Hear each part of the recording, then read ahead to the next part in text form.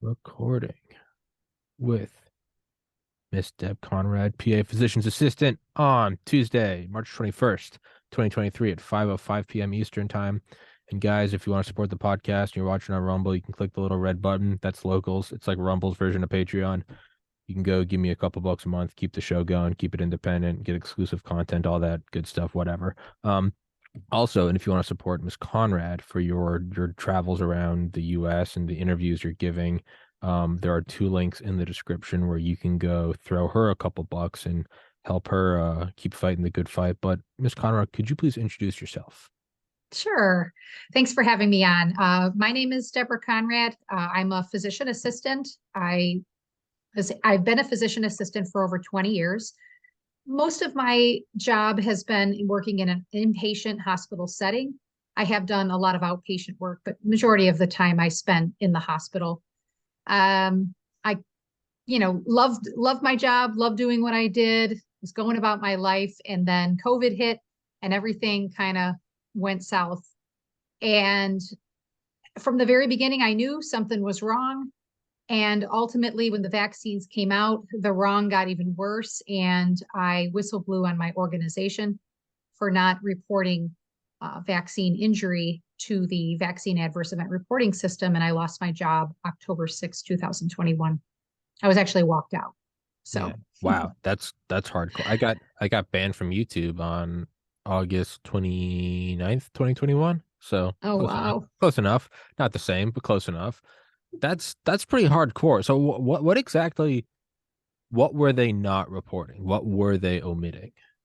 So, again, as healthcare workers, I always say most of us are very naive to even the thought that vaccines could cause anybody harm. We're not taught that in school. It's just not anything we learn in our prospective medical training. We're only taught that vaccines are safe, they've saved the world, and basically learn the schedule, how many to give, what to give, and just they never talk about side effects or anything. So I came into this whole COVID thing having no idea that vaccine injury was even a possibility. I was totally naive to it.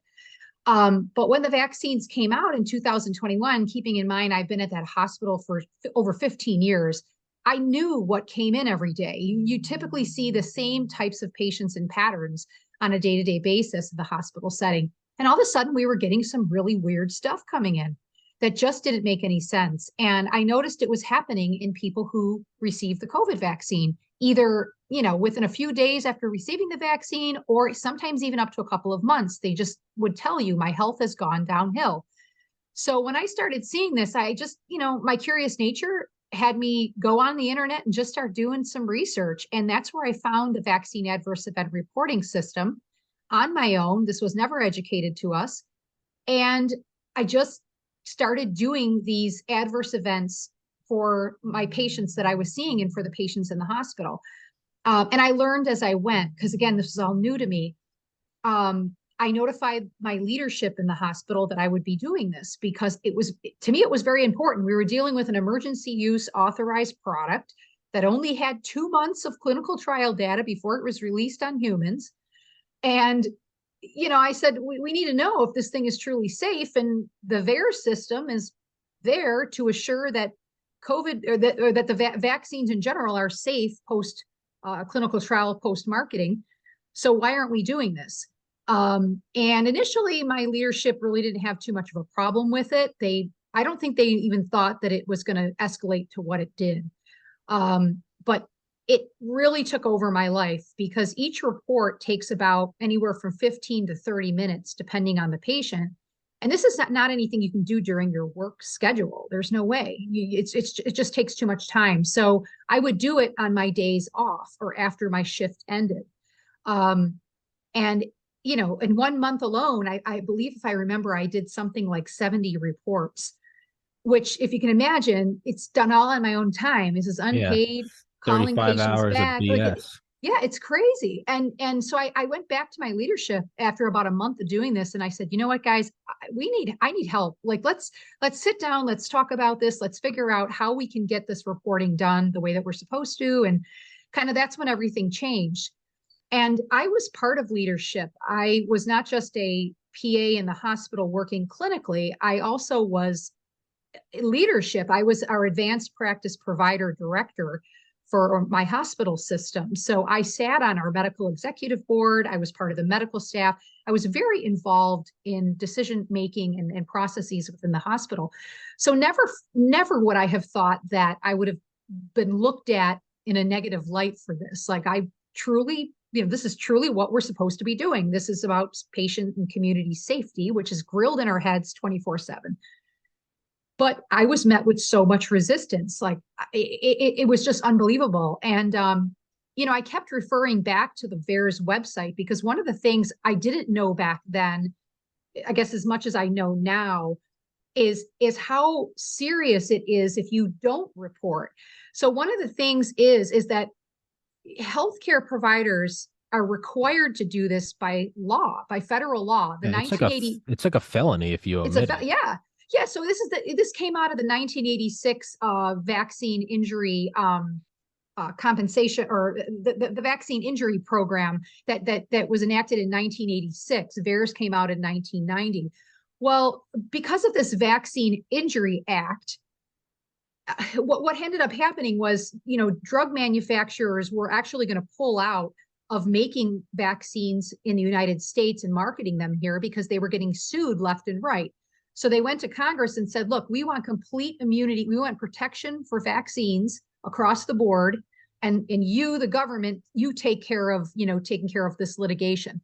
So this 1986 act was put in place. There were provisions made that would assure people in the United States, patients, that vaccines were safe. And part of that law was that moderate to severe adverse events occurring after vaccination would be reported to the VAERS system. So it's a violation of federal law if you don't do it. And it's also a violation of your program participation agreement that every hospital system, every pharmacy, every university, everybody that ever gave out one of these shots, or any shot for that matter, signs with the CDC and the FDA that they would, as a condition of payment for these vaccines, they would assure this reporting gets done. So there's many, many violations here. Again, I didn't know it back then. I just said to myself, this is what we're supposed to do. This is just the right thing to do, right? But I didn't know. I mean, I knew that as I went along that this was a legal thing. This is a violation of law. And I made my leadership know that. I said, look, you're asking me to break federal law here by ultimately they basically withdrew my ability to report to VAERS. So what ended up happening was after I went back to them to ask for help with doing this reporting, what they did was audit my VAERS reports. They basically asked me to give them a bunch of the patients I had reported, and they were going to go to higher leadership, discuss it, and then come back with a decision. And mind you, I had been doing the reports for everybody in the hospital, the emergency room, my fellow colleagues, because nobody wanted to do this stuff, right? And I gave them really good patients that met the exact reporting criteria for VAERS. And it's listed on the website exactly what is the federally required reporting. So I picked the patients that met that, to a T. Yeah. And they came back and basically told me, nope, you're crazy. No one else is doing this reporting. And as a result, we think you're over reporting. So from this day forward, you can no longer do any VAERS reports on any patients you know about, hear about, are told about, unless you directly took care of them. And that was it. And I was like, what are you talking about? Who's going to do all these reports then? Are you going to put a system in place? No, they basically said, this is none of your business. Stay out of it. Just no. And I couldn't let that go. I said, no, we have people coming in, taking this emergency use product. They're having problems after. We are required by law to do this. I am not going to sit back and just let you tell me to just ignore it. No, that's not, because then I'm a criminal too, right? I mean, I'm committing a crime because I'm knowing this is going on and I'm doing nothing about it. So I just couldn't let it stand, and I knew I was in trouble if I continued to do this reporting. So I fortunately was able to get legal counsel that helped me through this process. Again, we can't go after them or anything like that, but they were there to support me legally and write letters to the hospital and act as a little bit of a threat, to try to get them off my back. But ultimately, in the end, yeah, I was walked out. What had happened was they just wouldn't listen to me. I kept emailing them, having conversations with them. My attorney at the time wrote a legal letter on my behalf to the CDC and the FDA, letting them know what was going on in this hospital, that they were not doing the reporting. We never heard back. We wrote legal letters to the State Department of Health, the hospital system itself. And again, they basically denied any wrongdoing. And so I just couldn't live with it. I couldn't do it. So I ended up coming public as a whistleblower, knowing full well that my life was going to completely be destroyed. And 2 weeks after I came out publicly on the high wire with Dell Bigtree, I was surrounded by basically my human resources department in front of all my peers. It wasn't done in private. It was done very publicly on the floor, the middle of my shift at 1 o'clock in the afternoon, treated like a total criminal. I was interrogated and then walked out. So they made an example of me, Yeah. So that if anyone else decided to pull this stuff, that was the fate they were gonna see. So it was humiliating, and it really made you feel like, kind of you were going crazy, because Yeah. I just couldn't understand what I was doing wrong. I kept asking them, what am I doing wrong here? Because everything I read and see and hear, and I talk to the people at VAERS, I'm doing right, but they're telling me no. It was very emotional time for me, because it's just so unbelievable. I mean, I don't know. And I was working on a religious exemption at the time of my firing. They did ultimately let go all the healthcare workers that did not get vaccinated a little over a month and a half later. But that would have been a month and a half more for me to be able to be employed and have some income. No, so I mean, I was walked out because I was a whistleblower. There's no doubt about that. There's no other reason they would have fired me that day. It's You know. it's humiliating by design. It's making Hmm. an example of you. It's not a professional, hey, can we speak to you? It's very much so in your, I mean, very middle school, high school kind of tactic of like, you're an outcast, you're not cool. But then there's something that supersedes it, and it's, well, morally and ethically a huge one. The whole higher power argument in terms of God, universe, whatever you want to call it, just doing the right thing. But then Hmm. there's all that, nice fluffy stuff aside, there's also like the very real criminally. There's a higher Hmm. power, not your employer, right? If your employer's like, go shoot that guy, or you're fired, I'm like, dog, I'm gonna go to jail for that. Like, screw you. And by omitting those, you would be directly committing a crime. So then unfortunately you're put between a rock and a hard place. But that's kind of the thing about life, is it doesn't care about that. It's just, are you going to rise to the occasion or not? But you're now going to be fired, publicly humiliated, lose your income. You don't have any warning. You can't start applying to other jobs. But if you didn't do that, you would, one, have to sit with the fact that you're doing the wrong thing. Medically, you're training that you're doing the wrong thing. But if there's ever an investigation, you are not only going to have done the wrong thing, you're also going to be screwed criminally, which would then lead to also getting screwed financially. So there's really no way out of it. And No. that's just, and then there's like the higher philosophical order of like, well, then it was like, is this by design? Am I here in this life to choose between right and wrong? And that's, I don't know, that's beyond the scope of my podcast. You got to go take some mushrooms and sit in a field for that. I don't know. But like, that is the thing you get to, right? It's where you feel crazy, because I felt absolutely insane the Hmm. first time. I think I like read online. It was like August 2020. I just had COVID. I was working at a liquor store, and I've been doing this podcast for like 8 months. And I had just read passing that the vaccine didn't stop transmission or contraction. And to me, I just went, oh, well, then I'm not going to get it. And it wasn't it's experimental. It's not going to, for me, it was very much like, that's 15 minutes of my life that I would rather just kind of be lazy and play video games. I'm not going to go get it. It was very much so like if I don't have to take out the trash, I'm not going to take out the trash. Mhm. There was no bigger, conspiracy angle to it. I was just like, oh, I'm not going to get it because I don't, whatever. And I remember like bringing that up at work, and the immediate response by people was so like radical. And so I brought it up on my podcast, and the response to it, again, people I hadn't talked to in years just reach out to me, just frothing at the mouth. Not literally, but and then interviewing doctors, and I was just like, what am I? I'm like, what is going on here? I'm like, it's EUA. We know these huge corporations have done egregious crimes against humanity and been tried in court and proven guilty and paid like within the last decade. Like it's Mhm. and I was like, am I going nuts? And what helped me really is talking to doctor after doctor after doctor. I mean, including Dr. McCullough, Dr. Malone, Dr. Merrick, Dr. Corey, Dr. Nass, Dr. Fareed, Dr. Tyson, on and on and on.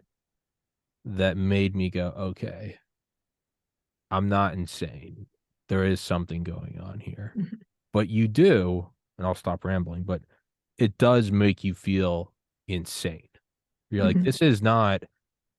It'd be like if one day you're hanging out with your friends and like you're all shit faced, and then you get in the car and start going on the highway like 120, and you're like, you can't drive drunk or go 120 in a school zone. What are you doing? And everyone's looking at you like, what is your problem? And you're like, what?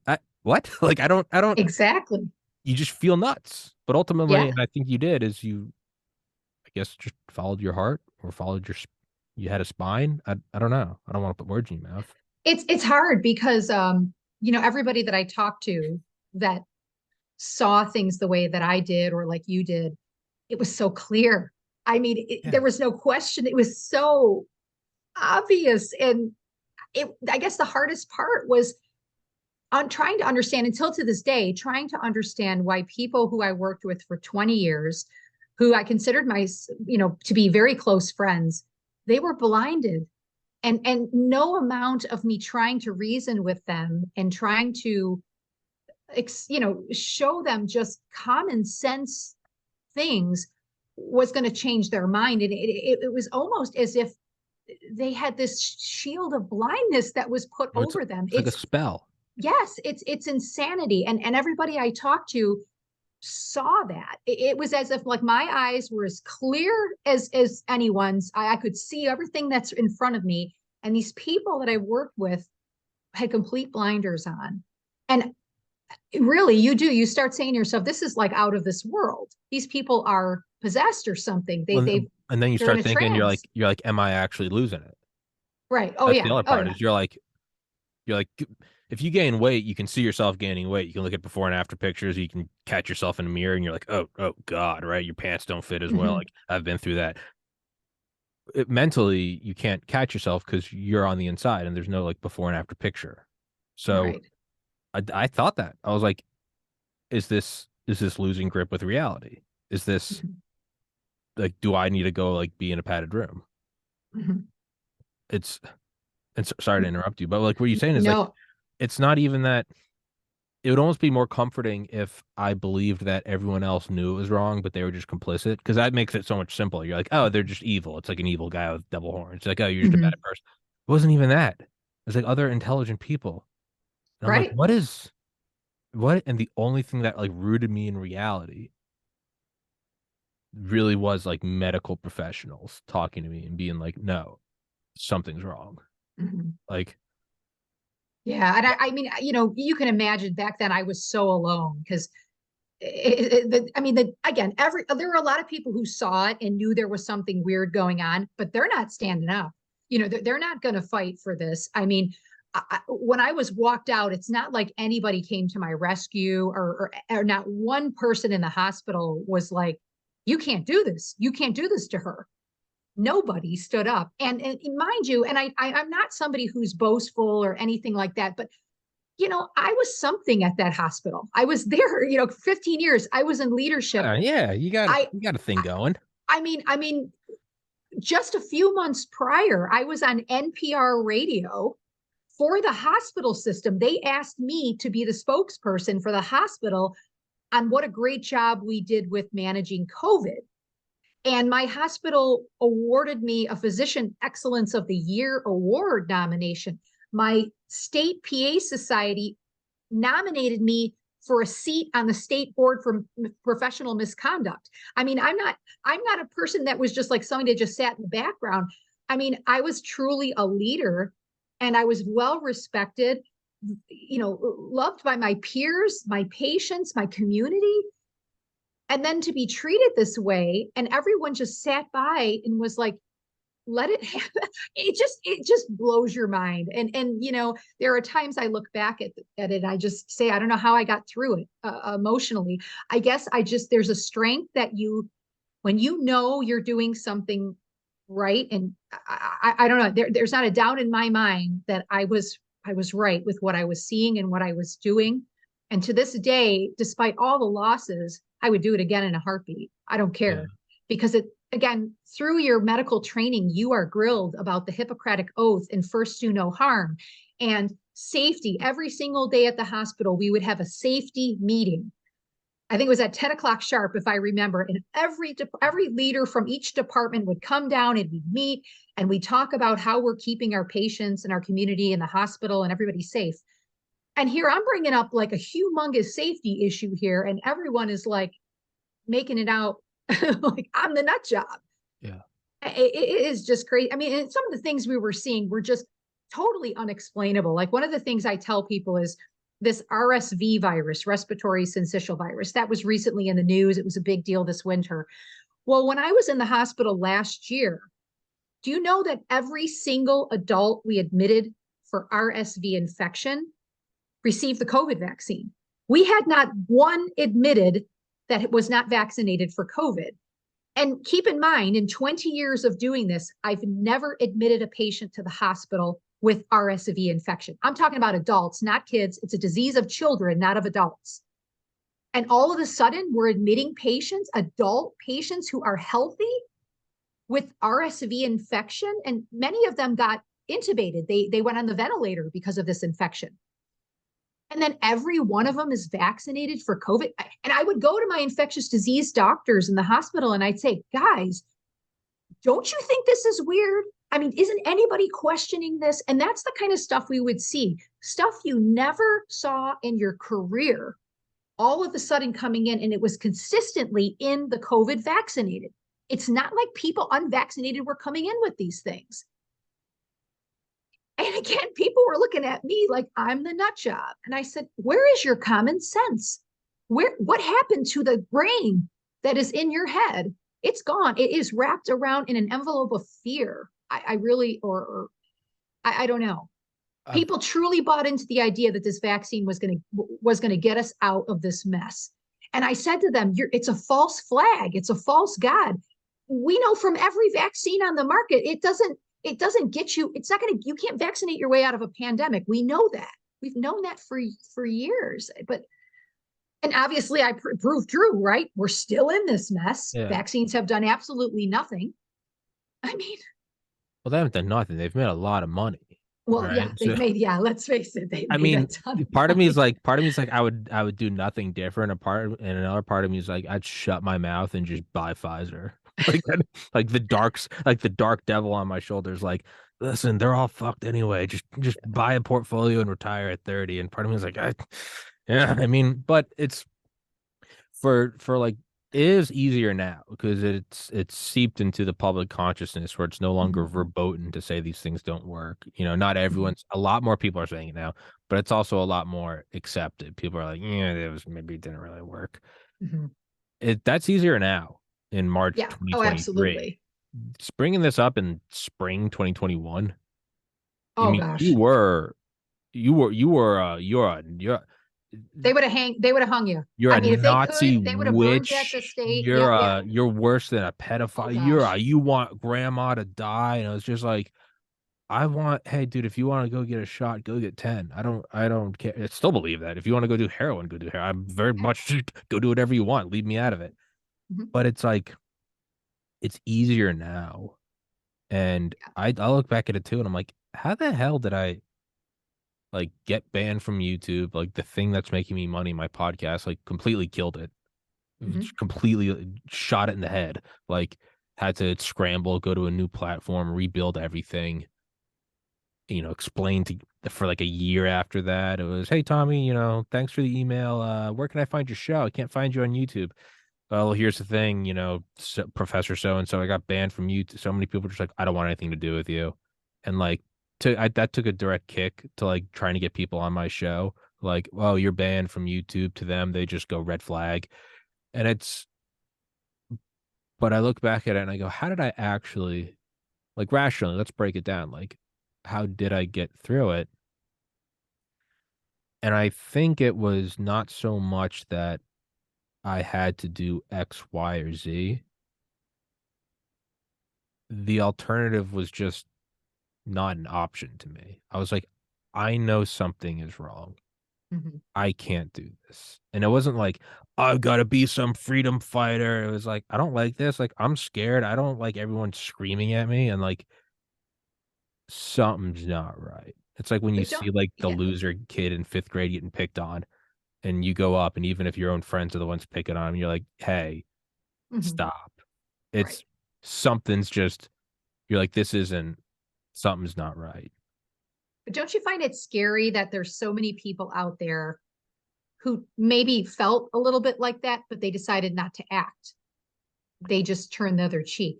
There's I, so many, you I, know? I talked about this with, forget who, but my logic is, this is how I look at it now. What we just saw was a full moon during COVID, right? And the last time this happened was 1930s Germany. It's only Yes. when the full moon comes out that you find out who's a werewolf. And the vast majority of people are werewolves. And then the moon goes away and everyone turns back to normal. And we just pretend like that didn't just happen. Like a full moon didn't come out, Bob turned into a wolf and then ate a child. And now we're all just pretending that didn't happen. And I look at it now like, I'm not pretending that didn't happen.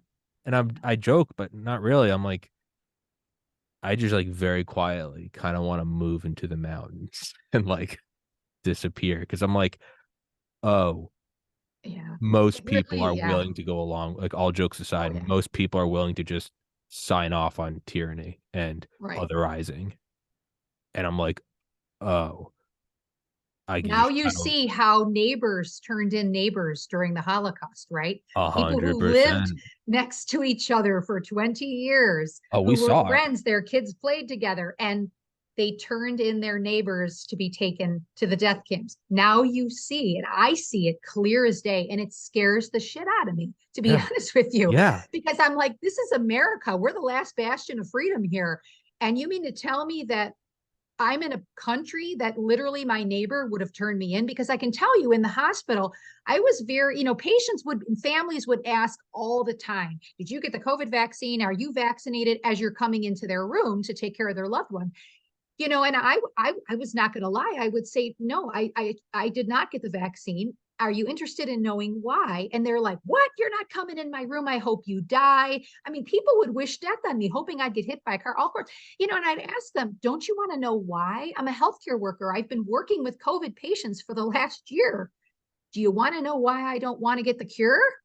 I mean, they don't want to know. They didn't want to know. And I just said to myself, this is friggin' scary. I mean, It's this is terrifying. America, the home of the free, land of the brave. Where is the Americans? Where are I didn't feel safe anymore in my own country. That's the really scary part. And I studied German in middle school, all through high school, and then into college. There's always something that fascinated me about German history, the German language, and I love learning about the Holocaust because I think that the understanding of how that happened always fascinated me. How did human beings do that? Well, now I've lived it, so maybe that's how I saw it so clear. Because I don't know, I studied so much. I think that's the big scary part of this whole thing, is this could happen again, and next time it could be worse. It could be a financial crisis or food shortage or whatever thing that comes up. People turn into animals. We really It's do. so, so quickly. Yeah. And it's that's what it was for me. And it really is like if you've ever like almost been in a car accident, like you're pulling out of a, a grocery store and then like an 18-wheeler goes by and you kind of pause and you go, oh, you always think it wouldn't happen to me. And then you go, oh, I just am another person. I'm no different than someone that gets sideswiped. And you hear Right. about someone, it's like, oh, I remember in college there was some kid that I never knew him, but it was just like my age. And it was just like, oh, that does happen. It does. Mhm. He wasn't even drunk. He was hit by a drunk driver, just like a Saturday morning. And it just sends chills down your spine. And you're like, I will always be buckled up and I'll always look both ways. But something about seeing how most people didn't stand up or were just outright fooled by it. Like good people. Mhm. Mhm. I just look around and like at first it was like I gotta make other people see this. And now that I realize the vast majority of people just went along with it, there really is like this quiet res. So like when I was at school and the first 2 years of college at Valdosta State University, it was like a frat boy idiot meathead, just drank shit face, just smoking Mhm. bongs, just terrible grades. And every once in a while, like, and then like this, the seniors would graduate, and then you'd see them come back for homecoming, just 6 months removed, and they'd all be so depressed. They'd be like, guys, they'd say it, they'd get drunk, they'd be like, dude, my life sucks. I work at McDonald's. Like, you guys should start studying, like, stop partying, and everyone would be like, oh, shut up. And I remember seeing that, and I started studying. I was terrified, and I would try to convince my other friends of it, and they're all like, yeah, whatever, dude. And it dawned on me that I wasn't going to convince anyone. So I very quietly just transferred schools, just said I love Wow. all y'all, and I'll see you another time. The majority of them miserable right after college. And it's kind of sad, but you have this realization that it's not my job. It's not my job to make everyone else see it. I Mhm. have to take care of me. And is it selfish? I don't know. But when you try to show everyone, you have to at least try. But when those Mhm. people, you're like, I hope you die. Mhm. You anti-vaxxer Nazi fuck. And then Mhm. you go, Mhm. you're like, God is my witness, I tried. And then you're like, Yeah. peace out. Like Yep. Yep. I'm leaving. I'm gonna go get food, water, and a gun and go hide in the Mhm. mountains. Y'all are insane. Yeah. That's when I gave it up to God. I was like, I can't do this. Yeah. There are certain people you're just not going to convince. And instead of, breaking your back over it, I just said, no, this is all I can do at this point. Um, but yeah, it's scary. And I think, there's obviously psychologists or psychiatrists all around the world that study this kind of behavior in humans. It's just really scary, how we, like you said, we fell for it again. We just, I don't, and that's why there's a part of me, when we talk about this whole movement and this freedom movement and all this stuff, there's a part of me that's a little nervous about it, because what makes us think that people are going to stand up for America? I mean, if we got to the point where literally, I don't know, we were getting taken over and every city was getting, are these people who wouldn't stand up for what was right with the shot going to stand up then? I mean, what Absolutely is not. the thing that's going to ultimately make? I think in the end, we turn into just animals where we're about survival, self-survival, and whatever it takes, people are just going to do what it takes to survive, and they're going to forget about their comrades and their fellow neighbors. And I don't know. I guess we're gonna have to see. But I mean, we're seeing it now. We have people running around acting like everything's normal, and I'm like, everything is anything but normal right now. We're on a freight train headed for disaster. We really are, and people are planning Disney trips and all sorts of stuff. And I'm like, I'm I'm kind of jealous of the cognitive dissonance, to be I am. honest. I agree with you. I say I, to I myself, want I want yeah, that bottle of Valium that y'all have, where yeah, you're like, fuck it, what planes going down, whatever.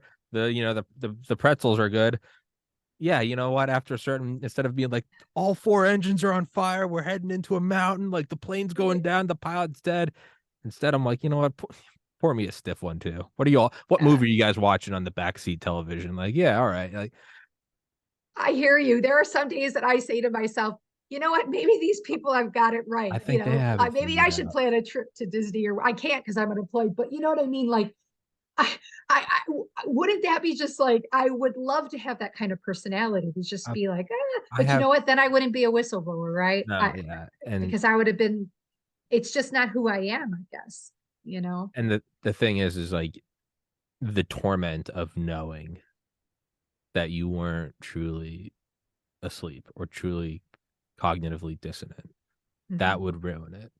Like knowing that, you know, it's like getting drunk the night before an 8 a.m. class. It's never quite the same as like getting drunk on the last day of finals where you're like, school's out, like we have 4 weeks of Christmas break, like it's all good. I just got A's, like I can do this guilt free. It's getting drunk on a Sunday night, knowing full well you have an organic chemistry lab at 8 a.m. And you're like, you can never quite enjoy the night because you're like, dude, this is gonna be bad This is bad. tomorrow. This is bad. I can't miss the class. I have to take it. You're like, you never even enjoy the night. You're like, what am I Mhm. even doing? I don't like. I could, like, I'm sure I could just watch the Kardashians and eat Taco Bell and get drunk, and I mean, it'd be fun for a little bit, but I don't think I could ever fully lean into it. There would just be this little bug in the back of my mind that's like, we're heading for World War III. They're Mhm. giving a bioweapon to everybody. The government's censoring the internet. There is no Mhm. southern border. There's hyper. It'd be a Right. bad trip. It'd be a bad trip. Yeah. But it's also hard living with your eyes wide open. It's Mm. and when everybody else is running around with their eyes closed. It's really hard. I tell people a lot of times it's really hard knowing what I know. Because obviously I saw COVID for what it was, and then I saw the vaccines for what they are. And it's much bigger than people realize. Everybody's, there are still people running around actually thinking this is about public health. And I'm like, it has nothing to do with a vaccine, a virus, or public health. It's anything but. Um, like I said, we have a freight train coming right for us. And it's financial, it's your food security. I mean, I heard the other actually yesterday driving home, I heard that, I don't know, one of the chain like little grocery stores is going to stop selling eggs because they can't get them for a decent price to be able to turn them around for a profit. So they're just going to stop selling them. And they notified all their customers, we can't get eggs anymore. And people are just like, oh, it's inconvenient. I mean, it's inconvenient. It's bizarre. Like, No, why aren't you worried about this? I don't care about the eggs. It's just the fact that a grocery store chain isn't going to carry them anymore. And it's funny, I was in a local grocery store last night with my daughter, and there are no workers. There's nobody there. There's literally just your self checkout. And this is a major grocery store. And I say to the lady, hey, where are all the people? And they're like, we don't have any staff. We close early. I'm like, what do you mean you don't have any staff? Like, no one's questioning how bizarre this is. Where are the people? Well, if you listen doesn't. to Ed Dowd, we know where the people are, right? Yeah, they're Like all you heard dead. that Ed Dowd's interview. That's really disturbing. Yeah, I've had him on here. Yeah, no, that was a. Yeah, he's scary. I mean, that's really scary. But it's the truth because we went to Tennessee last summer, and on the drive down, it's in every state the same situation because people in New York are like, oh, it's everybody's on disability, everyone's collecting Medicaid, they're just sitting on their butts not wanting to work. But then you go to Tennessee and you go to Ohio and you go to West Virginia, and they all have help wanted signs everywhere too, and everyone's closing early because they have no staff. Where are the people? Is anybody questioning where the people are? I mean, it's bizarre. Doesn't it? Doesn't it almost start to feel like a dream? Oh yeah. Like, and I know that's also like the first step of dissociating is feeling like you're not here. So again, I have to be like, am I losing it? Do I need to go check into an asylum? Like, noted, keep an eye on You're that. But not. like, I guess I am lucky in that I do have before and afters with my brain because of the podcast. I do have video evidence of myself. So I'm in a rare occasion where I can maybe perhaps see a descent. But One thing I always hold true to is I used to tell patients this all the time. If you're questioning your sanity, you're not crazy because crazy people truly don't know they're crazy, that's a good point. right? That's a very good So, point. I mean, I would say that to myself, Deb, you're not crazy because you're questioning it, right? If you're totally insane, you don't question what you're doing. So, but Nobody it's hard. It's hard. Sorry, I know I'm reaching all around here. Another water Not bottle. at all.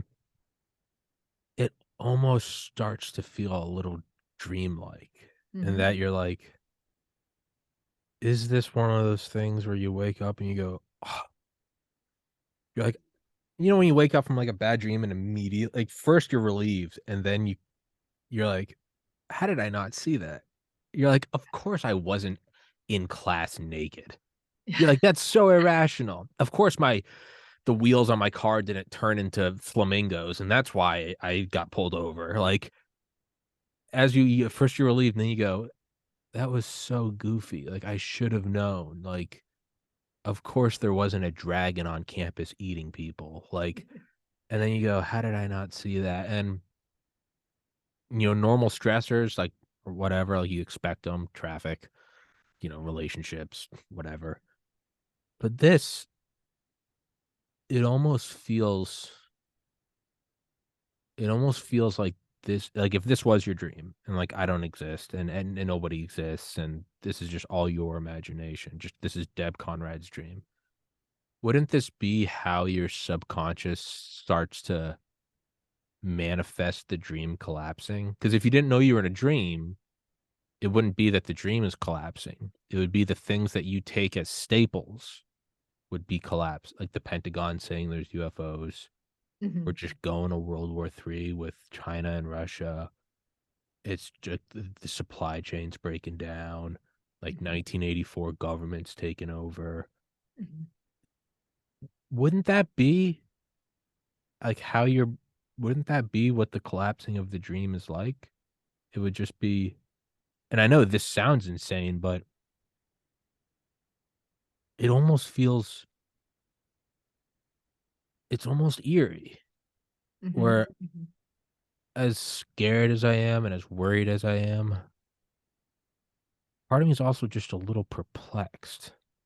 Where I'm Hmm. like, what is all of this? Why is it all going so south? And how come no one seems to even notice it? Hmm. It's Like, almost out of this world, right? And again, it's you're not the psychedelic. only one. I'm telling you, town. If you've interviewed a lot of people, if you ever got this in depth with someone, almost every single person, I guarantee you, Dr. McCall, like all these great doctors, they would go this deep with you because we all feel it. It's not one thing. It's almost as if there's truly a good versus evil, and we're headed for some sort of climax, some like sort of like something. final battle or Um, something. yeah, it's really eerie. Um, no, I'm totally with you there. There's something so fundamentally wrong and Yeah. bizarre about what's going on. And again, I think what really makes it true to me is when I've done a couple of podcasts internationally. When I did one with Reiner Fulmick a number of months ago, and to hear what is going on in Europe, you just say to yourself, this is not a US problem. This is a world problem. Every single country is affected, some worse than others. I'm depending. This is totally bizarre. And just like in lockstep, leadership is all aligning one way or another. It's really eerie. I'm sure you interviewed Dr. Malone. He probably, maybe he didn't get super in depth, but No, I've had him some on of here his, like 20 times. Yeah. yeah, some of his recent Substacks are really kind of, I love reading his Substacks, and he really gets you thinking. It's I always joke about Dr. Malone is just like he's a case study in red pills. I first had him on July 1st, 2021. And it Oh began wow. it began with, like, I had him on way before Rogan did, and I get what did I get? I get banned from YouTube. Rogan gets called out by the White House. No, there's no such thing as bad press. I didn't get that press. Rogan has on McCullough. Everyone hate watches Rogan. I'm like, hate watch me. I'm Yeah. what that's another rant for another time.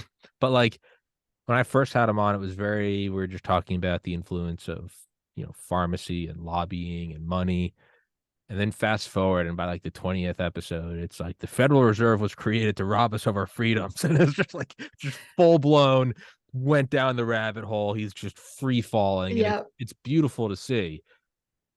But Yeah.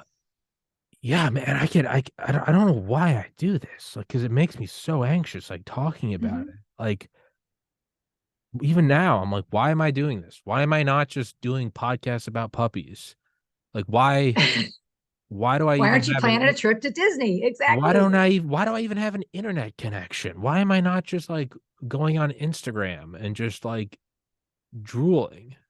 Like, what is this? Is this some weird sort of Because I truly self-punishment? believe no, there is a force behind this. There is a force behind this that is aligning us on the one side. It's crazy. I mean, I could go on and on about this from, my experience and what I felt and things that happened to me through this whole journey.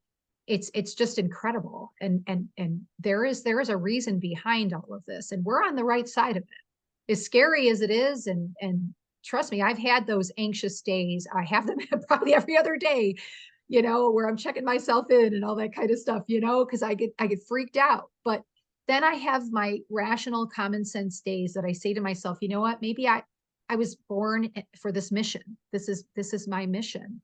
um you know this is what I'm supposed to do. It feels so right. It's not like I would do anything different. I mean, you wouldn't either. Let's face it. You couldn't do it. There's something that's making you do this. And you can't turn away from it. You could very easily say, no, I'm going to be like all my buddies and I'm going to say, screw it. And I'm going to go and party and do whatever. You won't be able to. It'll eat you. Yeah. It'll haunt you. You won't be able to sleep. You won't be able to breathe. You won't be able to eat. You won't be able to function until you do what you are supposed to do. And I'll tell you, that's how I felt. I had a literally a coming to Jesus moment for me, where it was at that crossroads where I knew I had to come forward, right? I had to blow the whistle. And you can imagine how scary that is, because what it's like, literally walking like into battle and knowing you're going to get killed, and to know there was nothing I could do to stop it. And I pulled over on the side of the road coming home from the hospital one night, and I was just crying my eyes out, heaving, screaming, like, I can't do this. Like, pick somebody else. I can't do this. And I called, it's funny, at the exact same time, a patient whose mother had passed away after vaccination happened to call me at that exact time. And it was amazing because her husband happened to be a pastor and got on the phone with me, and hearing this crazy woman just heaving and crying and sobbing. And he just told me, you have to do what you're supposed to. You have to listen. You can't turn away. It won't let you turn away. Yeah. And literally from that moment, I had a peace about it. And I prayed about it. And I said, you know what? If this is the way I go out, if this is what, so be it. I can't be tortured anymore. Now, do I have my days that I'm freaking out like you and so? Yeah. But on the majority of the days, I have a peace about it that is just, I don't know, it's unexplainable.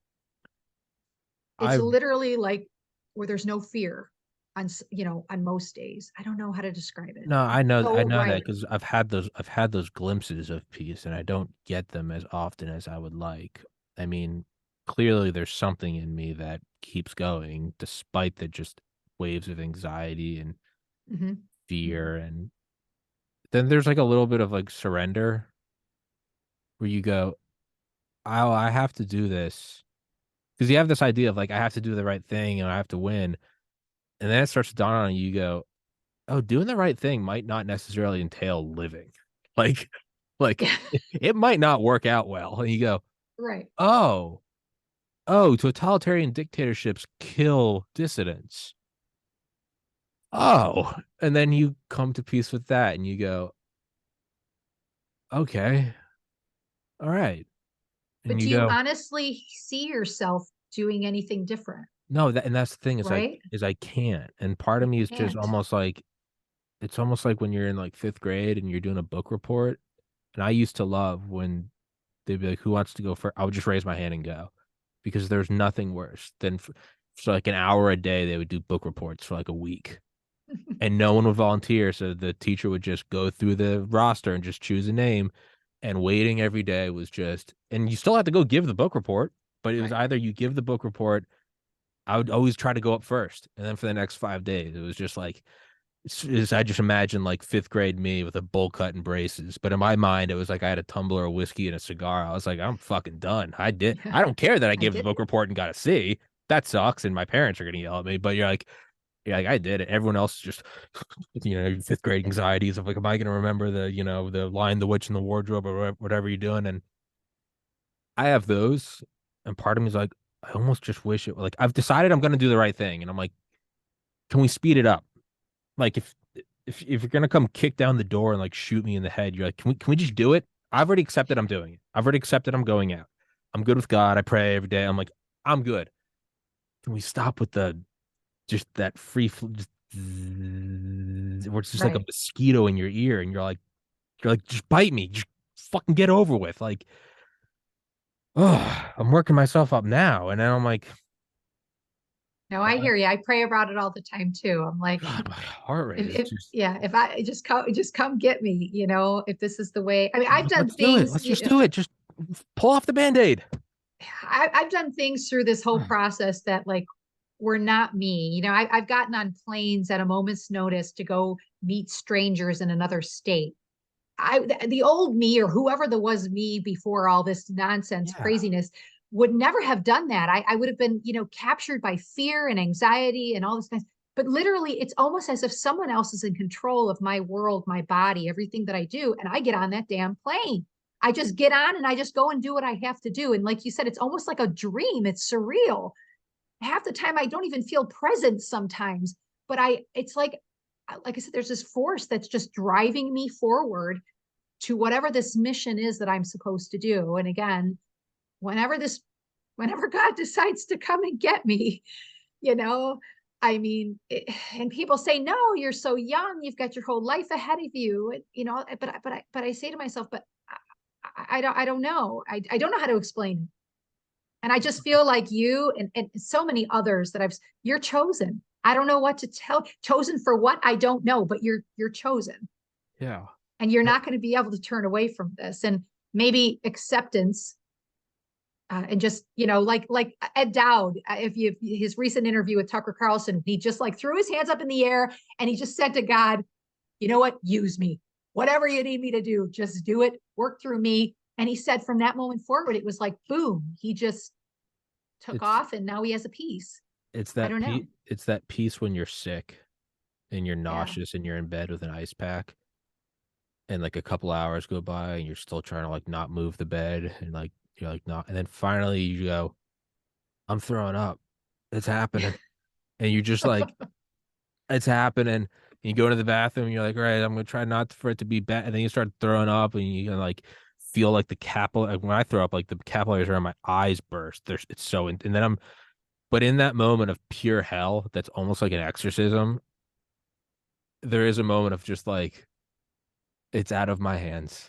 You're like, Exactly. and then you finish, and you're like, oh, like I gotta like brush my teeth and like I gotta like Windex everything, but you're like, oh, and then you just go and you just pass out, and you're like, Yeah. oh, I'm so good.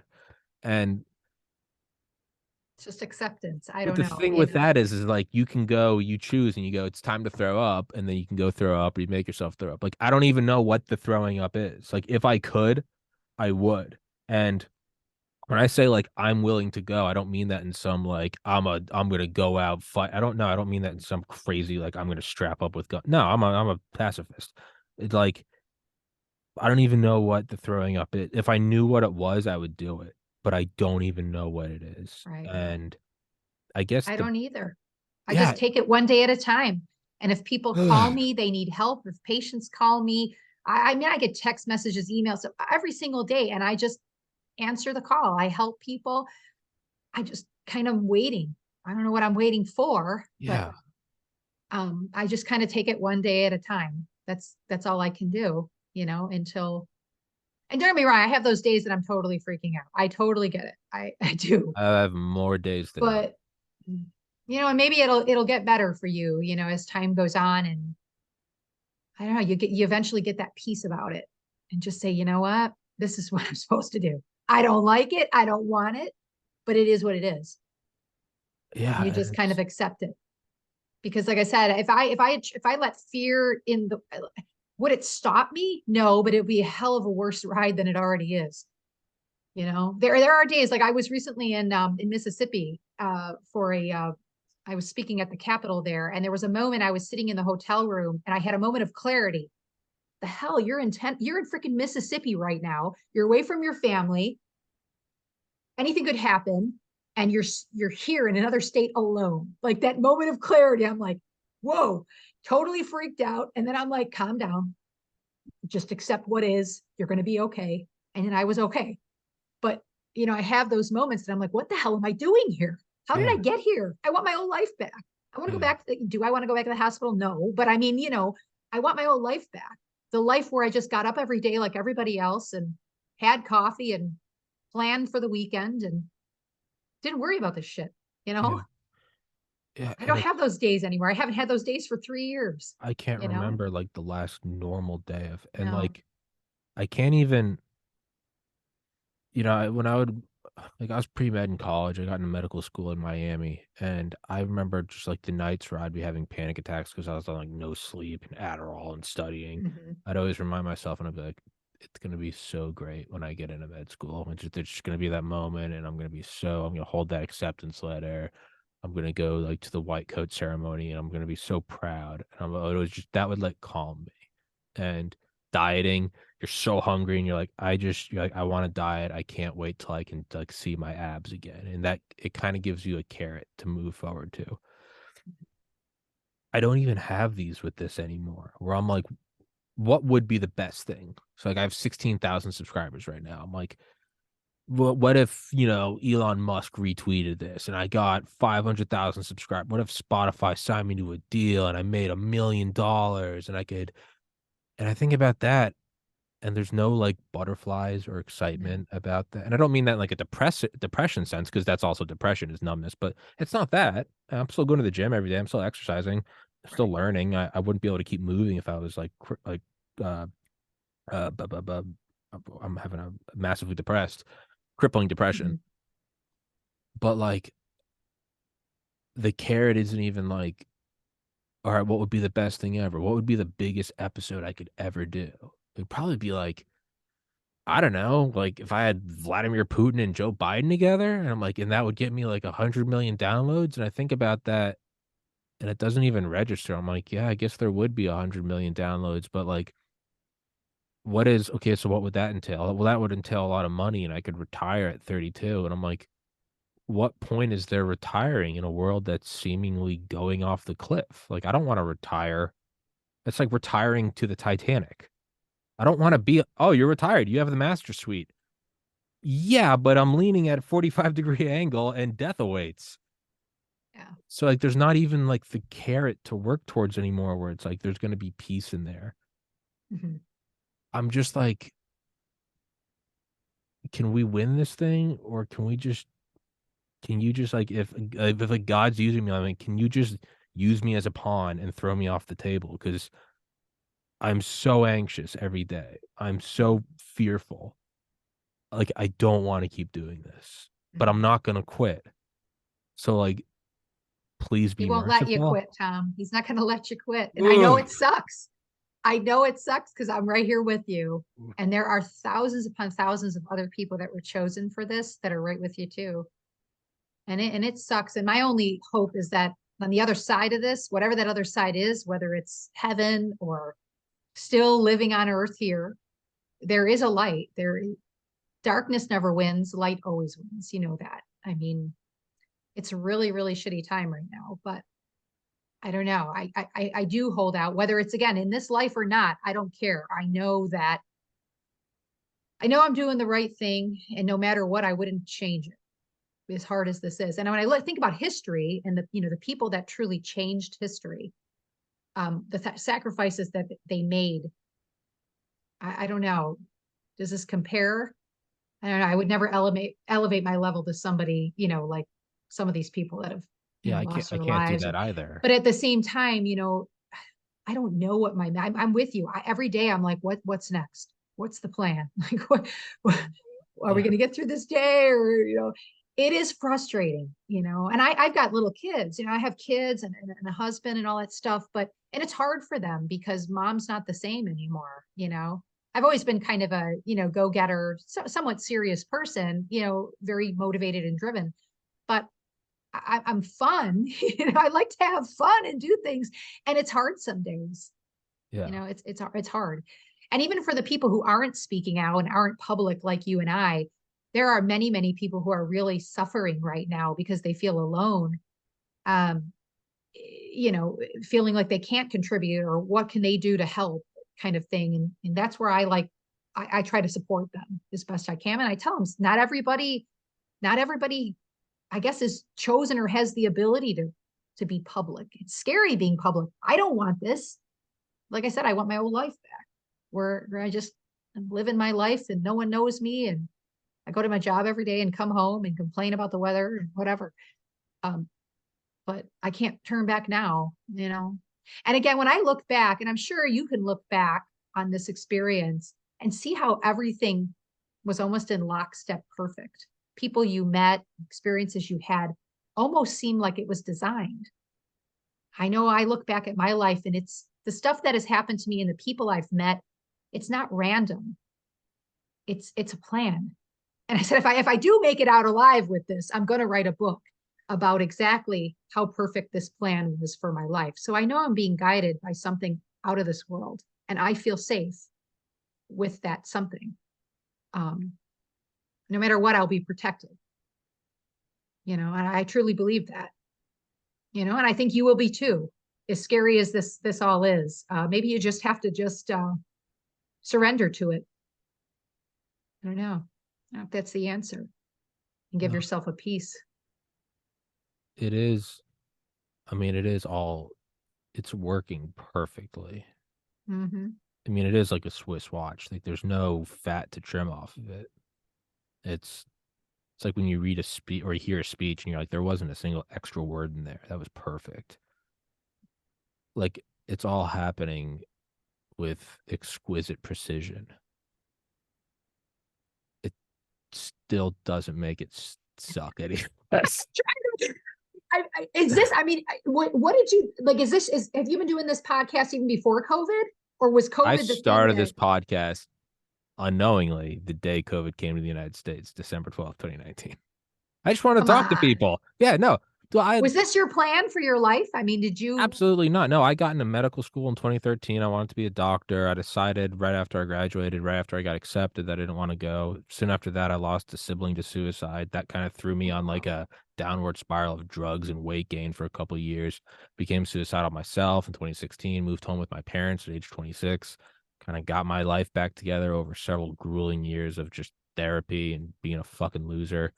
All my friends are getting married and becoming lawyers and having kids, and I'm living above my parents' garage. And I wanted to be my own boss. Because after I got into medical school, I was like, I'm smart enough to do this. I'm smart enough to do anything. And a lot of failures. Video editing, want to do comedy, photo editing, writing, this, that, and the other thing. And finally, I've always had an ability to talk to people. I don't know what was the spark, but one day I finally just like opened up my laptop and was like, I can do this shit. Like I just got to meet people. I know I can talk to people. I've always been able to talk to people. Just me on a random bus in a different city. I can go up to the driver and be like, "What's up?" and just we can talk for 2 hours and have a great like. So I Wow. was finally just like, I can do this. I can do this. And like a month or two into it, it was like January, February 2020. And I was like, this for the first time in my life, I truly feel like I'm like, this is great. Like, I'm gonna succeed. I'm like, everything's great. So long as like the world doesn't fall apart, my life's good. Well, and then COVID hit. And Mhm. still am, as this whole episode has shown, still not entirely sure which way is up. But like, yeah, I guess I'm just being a bitch. Like it's painful and I want some reprieve. I want like a little win. Can we have like Mhm. a glimpse of like part of me is like almost is like, is this spiritual? Is this good versus evil? And in which case, is this whole world, is this physical realm, is it not meant to be one? Is it like this is temporary, and the heavenly paradise is beyond this. It is beyond matter and energy and biology and, gravity and electromagnetic waves and sine waves and math and physics and whatever. Is it beyond this? And is this just a training ground? Who cares if it gets destroyed? There's eternal life beyond this. Mhm. And part of me is like, I like that, but it also feels a little escapist. Part of me is like, wouldn't God show like the size of his balls by being like, no, not only do we have heaven, we're also gonna fucking win Earth. Like, part of me is like, I don't know if I like the escapism, like the biblical, no, the world's supposed to fall apart. And I'm like, that kind of seems like tail between your legs, pussy shit. Excuse my French, but like that's I don't know. I don't know where I'm going with this. It's all terrifying. It is. Excuse my French. My mom would smack me if she will listen to this and she will comment on that. No, it is terrifying, but you're here, you're doing it. I don't know. I This don't is where you're know. supposed to be. I don't know. I don't It's like it. bizarre. I don't. I don't like it either. It's not fun. I do have No. the background on my phone though. Is I don't know if you can see it, but it's well, oh shit, wrong way. It's this is samsara. We suffer here, and it's like a Buddhist god. Samsara is supposed to be like the incarnations of suffering. It says, Mhm. this is samsara. We suffer here. Take your sensitive ass back to nirvana. And it's the idea that like nirvana always exists. We've been around. We are souls that have been around for eternity. We can go sit in nirvana in peaceful bliss with oneness and God and love and just the best. Just it's like Christmas morning times a trillion. And you've probably done that for millions of years. And then you're like, I want to try something new. Like, why do you go on roller coasters? They're terrifying, but you Mhm. still choose to go on them. Right. Maybe that's what this is. You're like, I want to see what it'd be like to be scared shitless every day for 3 years. I don't know. It's crazy. I It's don't know. crazy. I don't But know. one thing's great, I'll tell you, and I'm sure you realize you meet some really great people through this process. That's a win. I mean, Yeah. I met more real people that I can truly now call friends that I know would fight in this battle with me if I had to go. You know what I mean? Like there aren't many of us, but they're pretty awesome people. No, they are. You know? Well, I mean, if we do survive, it's gonna make a hell of a story. Yeah, sure is. And again, just knowing we're on the right side of it because Yeah. we are. Yeah. I'd much rather be on this side than be blinded and with a freight train coming at me and not even know. Those Uh, are the people I pray for, are the people that have no clue. They're literally living day to day. We think it's great. Yeah, but they're the ones going to be running around, pulling their hair out, screaming in a circle, having no food, nothing prepared. If we get to that point, yeah. where you and we're going to be scared, but we're going to be calm, because nothing's going to shock us. There's Yeah. nothing that's going to shock me, honestly. Yeah. Nothing. I've been through hell. Nothing is going to shock me moving forward. They People could tell me, "Oh, we're gonna be invaded tomorrow." I'll be like, "Okay, oh, I saw that coming." the You news know what could I break mean? right now. They could breaking. We found concentration camps in the middle of the US with 10 million Nothing bodies. shocking. I'd be like, yeah, sounds about right. Yep. Yeah. Yeah. We have a clarity about us that Just will like, yeah. protect us. Yeah. Where you have people that again, they don't see anything. And imagine when that reality hits them. Those are the people we have to pray for because they're in real trouble, and there's a lot of them out there. Why do I do You this? know? Why do I do this podcast? Why did I I not don't just know. why do I I don't not know. review TikTok? Why don't I go over the newest Snapchat update? Why am I not talking about celebrities with ass injections? What am I why? I Why? know. Why am I doing this? This is where you're supposed to Oh, be. This is what you've been chosen for. I don't like it. I don't. I know. I'm with you. None of us like it. Talk to us all. We don't like it, but there isn't any other place I'd rather be, to be honest with you. I Like I said, there's a clarity and a peace about it I can't explain. I And would as rather be awful as it is, it's great too. I would rather be at the point where it's over. I can't be as upstanding as that. There is a place I would rather be, and it's in the time and place when all of this is over. Be that my death or be that victory. Yeah. I would be very honest and say, no, this isn't. I'm not on board with this. But I am here, and there's no changing that. And I also think that I think if we don't do this, I think we have to do it again. I think if I think if you die and you didn't do the right thing, you're like, finally it's over. I think you have to do it again. I really do believe Mhm. that. I think you have to.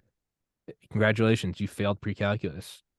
You got to take it. I took pre-calculus 4 times in college.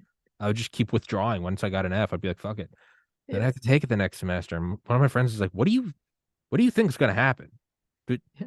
you have to pass this class to go to medical school. And Yep. when I finally that dawned on me, I just did it. I just barely got C and I passed. But that's the other thing I guess that's driving me forward is I'm like, I don't think there's quitting. I think you literally like it's Groundhog Day. It's Bill Murray Mm. waking up and it's the alarm clock being like, put your little hand in mine. And you're like, fuck.